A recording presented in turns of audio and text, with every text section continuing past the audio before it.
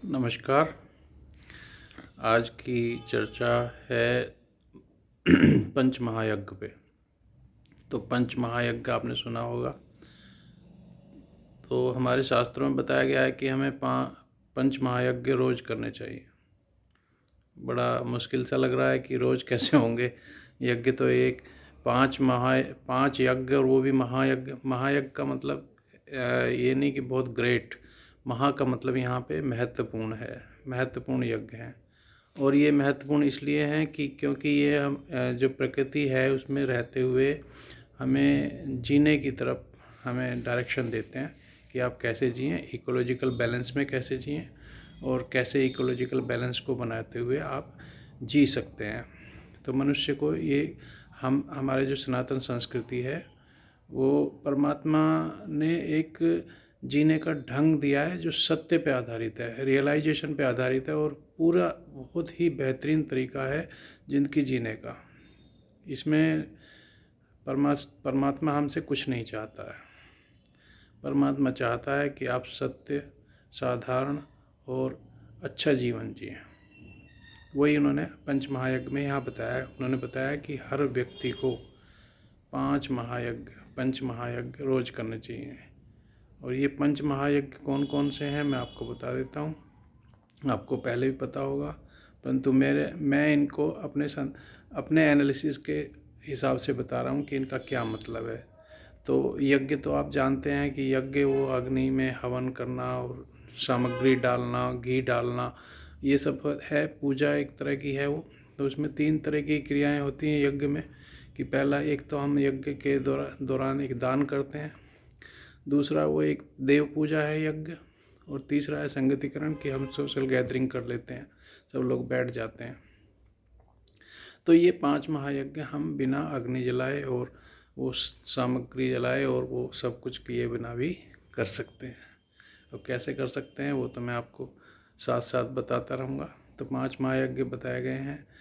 एक है ब्रह्म यज्ञ, दूसरा है देव यज्ञ, तीसरा पितृयज्ञ, चौथा है अतिथि यज्ञ, मनुष्य यज्ञ, और 5वां है भूत यज्ञ।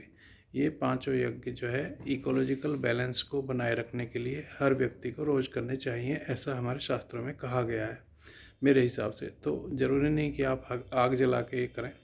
तो ब्रह्म यज्ञ में ये है कि आप पठन पाठन करें। पठन पाठन में क्या है, पहले तो आप स्वाध्याय करें, आप खुद पढ़ें, अपनी संस्कृति को जानें, और आज जो साइंस टेक्नोलॉजी जो भी चल रही है उससे अपने आप को अपडेट करें। आज की साइंस भी जानें, पुरानी भी जानें, और जब जान लें तो उसको दूसरों को भी बताएं। यदि आप बताने लायक हैं तो बताइए, दूसरों को पढ़ाइए, उसमें कुछ अपना योगदान कीजिए। किसी बच्चे को ट्यूशन दे दीजिए, दान हो जाएगा आपका। देव पूजा, किसी को पुस्तकें दे दीजिए। और संगतिकरण, किसी के साथ बैठ जाइए, उनके साथ अपनी नॉलेज शेयर कीजिए। तो ये ब्रह्म यज्ञ हो गया। दूसरा है देव यज्ञ या देव पूजा, जो है देवताओं की पूजा। देवता तो मैं पहले ही बता चुका हूँ, हमारे सोर्सेज हैं जो हमारी लाइफ को कंट्रीब्यूट करते हैं। उसमें प्रकृति भी है, और प्रकृति के बहुत सारे अवयव हैं। सूर्य है, चंद्रमा है, धरती है, आकाश है, सब है। इनको तो प्रकृति एज ए होल इसको बोला गया है। तो इसके लिए हम क्या यज्ञ कर सकते हैं, हम किसी भी प्रकृति के अवयव को नुकसान ना पहुँचाएं। चाहे जैसे मान लो पानी बह रहा है तो पानी बंद कर दें, पानी वेस्ट ना जाए। तो ये भी एक प्रकृति की सेवा हो गई। कहीं आप जो है कोई ज़्यादा पेड़ वेड़ काट रहा तो उसे रोकें कि पेड़ ना काटे, ज़्यादा नुकसान ना पहुँचाए। इस तरह की प्रकृति की सेवा हो जाती है। इसमें भी यही है, दान, देव पूजा। और ये दान क्या है कि आप, हो सकता है कि किसी को दान दे दो कि भाई ये 4 पौधे आप लगा दो, आपके पास ज़मीन है, या कुछ और है किसी, तो जो इस क्षेत्र में काम कर रहे हैं उनका सम्मान कर दो, तो उनकी देव पूजा हो जाएगी। और संगतिकरण, इस बारे में आप थोड़ी सी जो है चर्चाएं लोगों के साथ करें कि प्रकृति को कैसे बचाया जाए। तो ये एक देव पूजा हो जाता, देव यज्ञ हो जाता है। तीसरा पितृयज्ञ है, जो हमारे अपने घर से रिलेटेड है, अपने पेरेंट्स से रिलेटेड है। पितृ मतलब पेरेंट्स।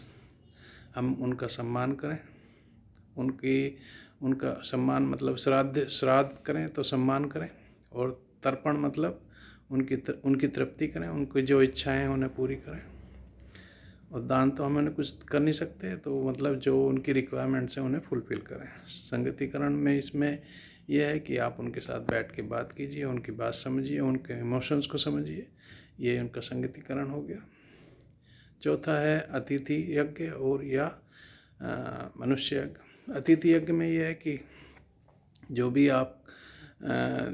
जो भी आपके पास आता है कुछ मांगने के लिए या करने के लिए, उसको आप कुछ दीजिए।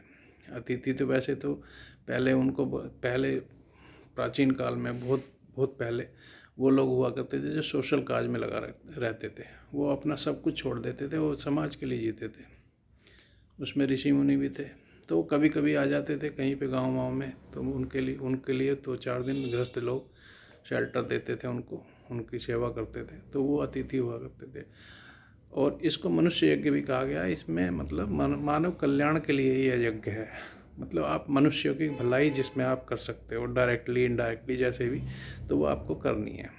आप किसी को पानी पिला दो, आप किसी को कपड़े दान कर दो, आप किसी के लिए कुछ ऐसा काम कर दो कि जैसे किसी के बेचारे पे झोंपड़ी है, उसकी टपक रही है तो उस पर पन्नी डलवा दो, कुछ कर दो। इस तरह का मतलब मनुष्य यज्ञ है ये। इसे मनुष्य की भलाई करनी है इस यज्ञ में। ये रोज़मर्रा में तो ये है कि आप किसी की मदद कर दो, कुछ थोड़ी बहुत, कोई बेचारा किसी अभाव में है तो उसकी मदद कर दो, तो ये भी आप रोज़ कर सकते हो। ये जो 5 महायज्ञ हमें रोज़ करने के लिए बताए गए हैं, ताकि देखिए हमारी रिक्वायरमेंट प्रकृति से रोज़ ही है, तो हमें इकोलॉजिकल बैलेंस को रोज़ ही मेंटेन करना पड़ेगा। इसलिए ये 5 महायज्ञ रोज़ करने के लिए बताए गए हैं। और 5वां है पशु यज्ञ, ये भूत यज्ञ, जैसे पशु यज्ञ भी बोल सकते हैं आप। बोलते तो वैसे तो भूत यज्ञ ही नाम है, पर पशुओं के लिए है ये यज्ञ। तो पशु यज्ञ क्या है कि पशु हमारी इकोलॉजी का बहुत इम्पोर्टेंट पार्ट है। मैं आपको एक कहानी सुनाऊंगा छोटी सी। चीन में एक बार 4 मार अभियान चला।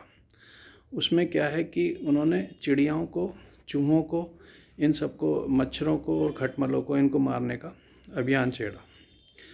और वो लोग, उन्होंने चूहे तो कंट्रोल कर लिए, पर चिड़ियाओं को बहुत मारा उन्होंने। वो क्या करते थे, सुबह से शाम तक जो है बर्तन पीटते थे और मतलब सब बहुत मतलब आवाज़ें करते थे, और चिड़ियाओं को बैठने नहीं देते थे। तो बेचारी सुबह से शाम तक चिड़िया उड़ उड़ के थक के ज़मीन पे गिर जाती थी और उसे वो मार देते थे। इसका बड़ा तकड़ा प्रभाव हुआ चीन में क्या हुआ कि एकदम अकाल पड़ गया। अकाल कैसे पड़ा? अकाल ऐसे पड़ा कि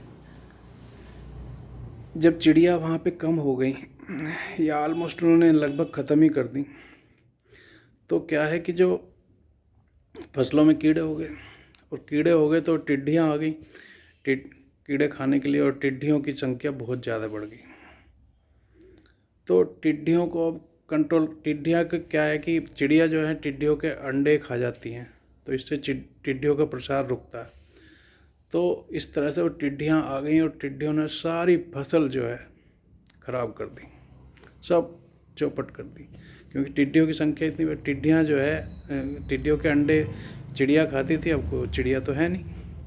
तो इकोलॉजी को यदि आप ख़त्म करेंगे, तो इकोलॉजिकल बैलेंस को आप ख़त्म करेंगे, तो उसका इफ़ेक्ट आपके ऊपर आएगा। तो यही हमारे शास्त्रों में बताया गया।